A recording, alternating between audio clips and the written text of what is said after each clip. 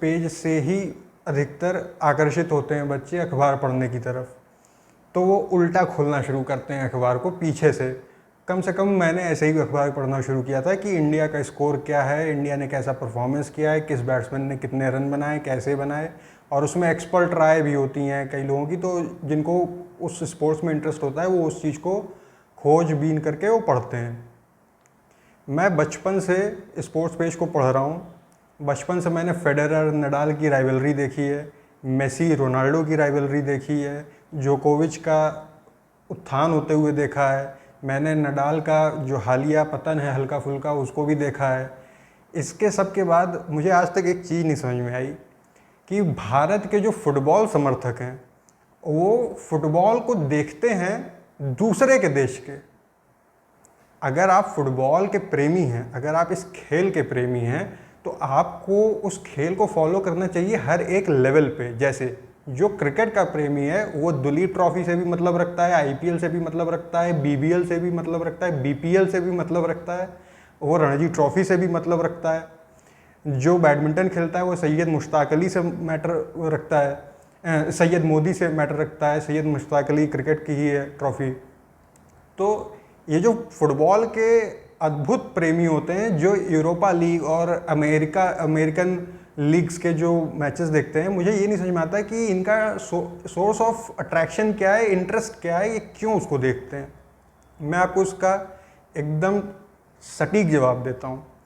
ये वही है कि आप मेंटली कॉलोनाइज्ड हो, आप मेंटली उसी गेम की तरफ भाग रहे हो जहाँ पर पश्चिमी लोग हैं, जहाँ पे वो चाहते हैं, वो आपको अपनी मार्केट बनाना चाहते हैं। आप खुद बताइए, सुनील छेत्री के बारे में लोग कम जानते हैं, रॉबिन सिंह के बारे में लोग कम जानते हैं, मोहम्मद रफ़ी के बारे में लोग कम जानते हैं। ये सब इंडिया के फुटबॉल प्लेयर्स रह चुके हैं कभी ना कभी, है ना। बाईचंग भूटिया के बारे में लोग कम जानते हैं। जब लोग मर जाते हैं तो पेपर में छपना शुरू होता है कि भाई ये इंडिया के लिए हॉकी खेले थे, इंडिया के लिए फुटबॉल खेले थे। अच्छा, उसके बाद जब आप फुटबॉल के समर्थक हो तो आपको फुटबॉल के नियम पता होने चाहिए। अधिकतर लोगों को बेसिक टर्मिनोलॉजी नहीं पता होती है फुटबॉल की। ऑफ साइड क्या होता है, मिडफील्ड क्या होता है, लास्ट मैन क्या होता है, डिफेंडर क्या होता है, इस तरीके की बेसिक रूल्स नहीं पता होते हैं। फील्ड के स्पॉट्स नहीं पता होते हैं, गोल कीपिंग के बेसिक्स नहीं पता होते हैं, ग्राउंड के रूल्स नहीं पता होते हैं, रेफरी के रूल्स नहीं पता होते हैं। तो उसके बावजूद वो यूरोपा लीग, सीरिया, वो सब फॉलो करते चलेंगे। ये इसलिए फॉलो करते हैं क्योंकि इनको लगता है कि ये कोई बहुत ऐसी चीज़ कर रहे हैं जो कि बाकी चीज़ों से हट कर है। हो सकता हूँ मैं गलत हूँ, क्योंकि ये मेरा परसेप्शन है, लेकिन मुझे और कोई रीज़न नहीं दिखाई देता है। सुनजू एक फिलोसफर रहे हैं चाइना के, उन्होंने लिखा है the best war is the one which you win without even fighting. मतलब आप एक ऐसा युद्ध लड़िए जिसमें आपको लड़ने की ज़रूरत ना पड़े। कैसे? प्रोपेगेंडा से। ज़रूरी नहीं कि आपको मेंटली कॉलोनाइज करने के लिए आपके ऊपर 200 साल हुकूमत करे कोई देश। ज़रूरी नहीं है कि आपको मेंटली सबड्यू करने के लिए कोई देश आए, वो अपना झंडा गाड़े आपकी ज़मीन पर और आपको आप ही के देश में गुलाम बना के रखे 200 साल। आप जितने भी साउथ अमेरिकन देश हैं, यहाँ पे नियो इम्पीरियलिज्म या नियो कॉलोनाइजेशन, जो भी आप बेहतर टर्म समझें अपनी फ़िलॉसफी के हिसाब से, अपने बौद्धिक स्तर के हिसाब से, अपनी समझ के हिसाब से, अमेरिका ने इन सारे देशों में अपना हस्तक्षेप बढ़ाया है। यहाँ तक कि वेनेजुएला में उसने सैंक्शंस लगा के रखे हुए हैं। ये फुटबॉल से मैं यहाँ पे क्यों आ गया? क्योंकि ऐसे ही काम करता है। आपके खिलाफ इतना प्रोपेगेंडा होगा या अपने फेवर में इतना प्रोपेगेंडा होगा कि आपको दूसरे देश के प्लेयरों में ज़्यादा इंटरेस्ट आने लगेगा।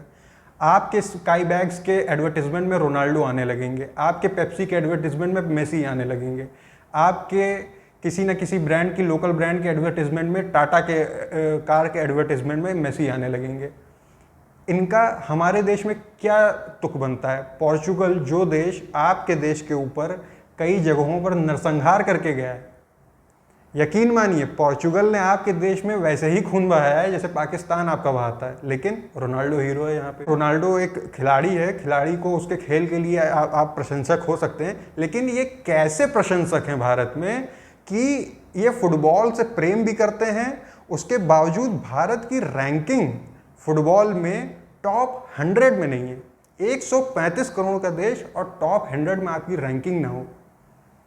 ये समर्थक कहाँ चले जाते हैं जब भारत के मैच हो रहे होते हैं। क्या आपको फुटबॉल का बुखार तभी चढ़ता है जब ये यूरोपा लीग्स वगैरह और ये अमेरिकन लीग्स वगैरह चल रही होती हैं, जिसमें हैवी इन्वेस्टमेंट करके ब्रॉडकास्टिंग राइट्स वगैरह बांटे जाते हैं। ये आपको मेंटली कॉलोनाइज किया गया है।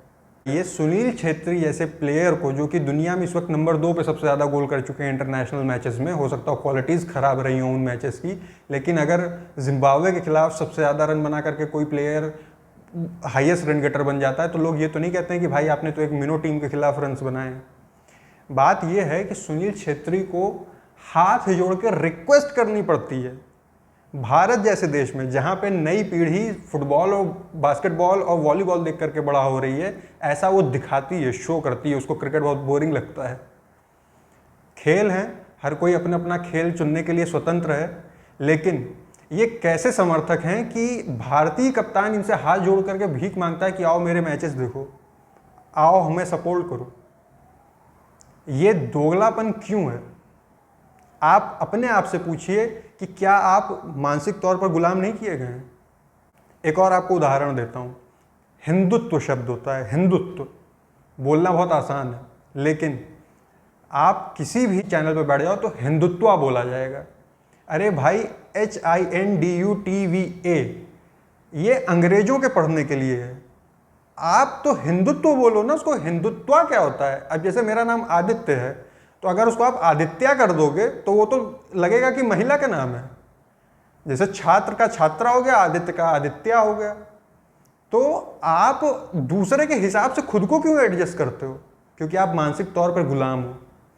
आप अच्छा, और जो फुटबॉल खेलते होंगे या फुटबॉल देखते होंगे, खेलते जो हैं उनसे तो मेरा कोई ऐसा नहीं है कि अंडरस्टैंडिंग नहीं बैठती है, लेकिन ये जो देखते हैं, जो प्रिटेंड करते हैं कि हम फॉलो कर रहे हैं, भाई आप क्या फॉलो कर रहे हो? आप अपनी टीम को जब नहीं बैकिंग दे सकते हो। कतर जैसे छोटे देश से भारत की टीम हार करके बाहर हो गई, वर्ल्ड कप के लिए क्वालिफाई तक नहीं कर पा रही है। आप कैसे फैंस हो, कैसे समर्थक हो कि आप अपने देश को बड़े लेवल पर खेलते देखने के लिए प्रेशर तक नहीं बना पाते हो स्पोर्ट्स मिनिस्ट्री पे? आप दोगले हो या तो फिर आप मेंटली कॉलोनाइज्ड हो। आप मेसी के पीछे भाग रहे हो, आप रोनाल्डो के पीछे भाग रहे हो, आप ज़्लाटन के पीछे भाग रहे हो, आप इनिएस्टा के पीछे भाग रहे हो, रोनाल्डिनो के पीछे भाग रहे हो। अरे रॉबिन सिंह, मोहम्मद रफ़ी और सुनील छेत्री, बाईचंग भूटिया, इनको कौन प्रोत्साहित करेगा? और आगे क्या सोचने लायक है? आपको लग रहा होगा कि ये कहाँ की बातें कहाँ कहाँ जोड़ रहा है। आपको मैं बताता हूँ कुछ और चीज़ें। आप अमेरिकन फिल्म्स देखो, तो अगर एलियन अटैक करता है तो American navy, American air force, American army protect करती है देश को। लेकिन जब बॉलीवुड कोई मूवी बनाता है तो सलमान खान को, मुन्नी को पाकिस्तान छोड़ने के लिए अपने देश से गद्दारी करनी पड़ जाती है, क्योंकि ये हमारे देश के लोग समझेंगे नहीं, मुन्नी को बेच देंगे। जैसा कि फिल्म में दिखाया गया था कि मुन्नी को अगर उसने किसी ट्रैवल एजेंसी या किसी आदमी पर भरोसा करके छोड़ा कि इसको पाकिस्तान भेज दीजिएगा, तो उसको लेकर के सीधे कोठे पे चला गया।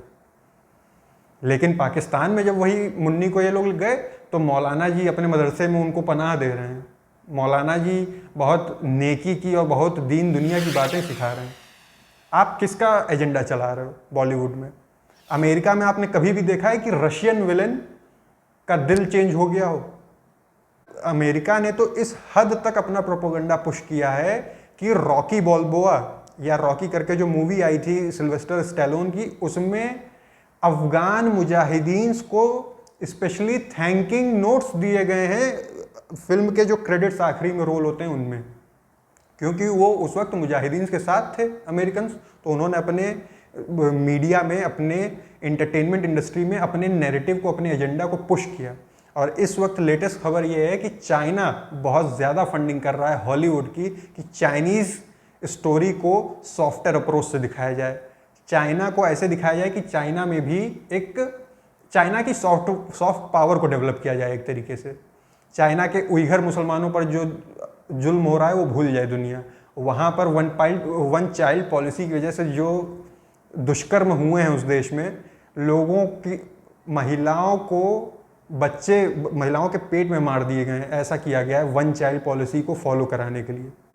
वर्ल्ड वॉर 2 के पहले भी सारे वेस्टर्न कंट्रीज़ ने, फ्रांस ने जर्मनी के खिलाफ, जर्मनी ने फ्रांस के खिलाफ प्रोपोगेंडा मूवीज़ बनाई थी, इन्वेस्टमेंट्स की थी प्यूमा और एडिडास जैसे ब्रांड्स में, कि अगर आप प्यूमा को सपोर्ट करते हो, प्यूमा को पहनते हो, तो आप सर्टेन आइडियोलॉजी को सपोर्ट करते हो, और अगर आप एडिडास पहनते हो तो आप सर्टेन आइडियोलॉजी को सपोर्ट करते हो। तो हमेशा सोचो इस चीज़ को कि क्या आप मेंटली कॉलोनाइज्ड तो नहीं हो। अगर आप किसी इंग्लिश शब्द को अपनी नेटिव भाषा के हिसाब से गलत उच्चारण से भी पढ़ते हो या बोलते हो तो इसमें शर्म की क्या बात है। अंग्रेजी आपकी भाषा नहीं है, आप चाहे उसको जितना अच्छा बोल लो, चाहे आप 100 साल अंग्रेजों के साथ रह करके आ जाओ, उनकी तरह बोलने लग जाओ, अंग्रेजी आपकी भाषा नहीं है। आपको और आगे की बातें बताते हैं। नॉर्थ कोरिया है, नॉर्थ कोरिया में जो प्रोपेगेंडा चलता है वो दिखाते हैं, वो अमेरिका के खिलाफ प्रोपेगेंडा करते हैं, तो वो अमेरिका को दिखाते हैं कि Americans are devils. Literally comics में अमेरिकन कैरेक्टर्स को बहुत ही ऐसा दिखाया जाता है कि वो बहुत सिनिकल हैं या वो बहुत नेफेरियस हैं। सीधे डेविल से उनका पर्सोनिफिकेशन किया जाता है या डेविल्स के पैरेलल उनको खड़ा किया जाता है। सेम रशिया करता है, सारे देश करते हैं दुनिया के। आप उदाहरण के तौर पर ये जान लो कि अमेरिका ने सदर्न अमेरिका, जो सदर्न कॉन्टिनेंट है अमेरिका का, सदर्न अमेरिका जिसको हम लोग कहते हैं, उस पर अपने कल्चर को इसी प्रोपेगेंडा के थ्रू थोपा है। इसी वजह से आज का बच्चा पोर्चुगल के खिलाफ उस तरीके से भावनाएं नहीं व्यक्त करता है जिस तरीके से अंग्रेज़ों के खिलाफ करता है, जबकि पुर्तगीज़ ने यहाँ भारत में अमानवीय कृत्य किए थे इतने कि आपको बताएं तो आप रो दें। इस चीज़ को भी देखिए कि जैसे इस्लाम है या क्रिश्चियनिटी है, ये भी अपने प्रोपेगेंडा को पुश करते हैं। इस्लाम आज अपने उस फॉर्म में नहीं है जिस फॉर्म में ये रिलीज़ हुआ था, ना कि क्रिश्चियनिटी भी हो। ये लोग हमेशा अपने रिलीजन को नई जनरेशन में जो चीज़ें, जो नई इन्फॉर्मेशन आती है जिससे कि ये दोनों रिलीजन्स एक्सपोज होते हैं, ये उसके हिसाब से अपनी बुक्स में अपनी कमांडमेंट्स है, जैसे 10 कमांडमेंट्स हैं, उसको चेंज कर देंगे, या कोई टीचिंग है उसको अलग तरीके से इंटरप्रेट कर देंगे, है ना। तो ये आपकी ब्रेन वॉशिंग टेक्निक्स हैं। आप अगर मस्जिद में जाओगे 5 बार नमाज़ पढ़ने, तो आप चाहे जितने लिबरल हो, आप चाहे जो भी हो, अगर आप बिना समझे, बिना उस अरबी भाषा में आप क्या बोल रहे हो ये जाने, अगर आप केवल रटते रहोगे तो जाहिर सी बात है आप ब्रेन वॉश हो जाओगे। और ये ब्रेन वॉश टेक्निक ही है। अगर आपको लगता है कि इस्लाम से बेहतर है क्रिश्चियनिटी, तो आप क्रूसेड्स के बारे में पढ़िए।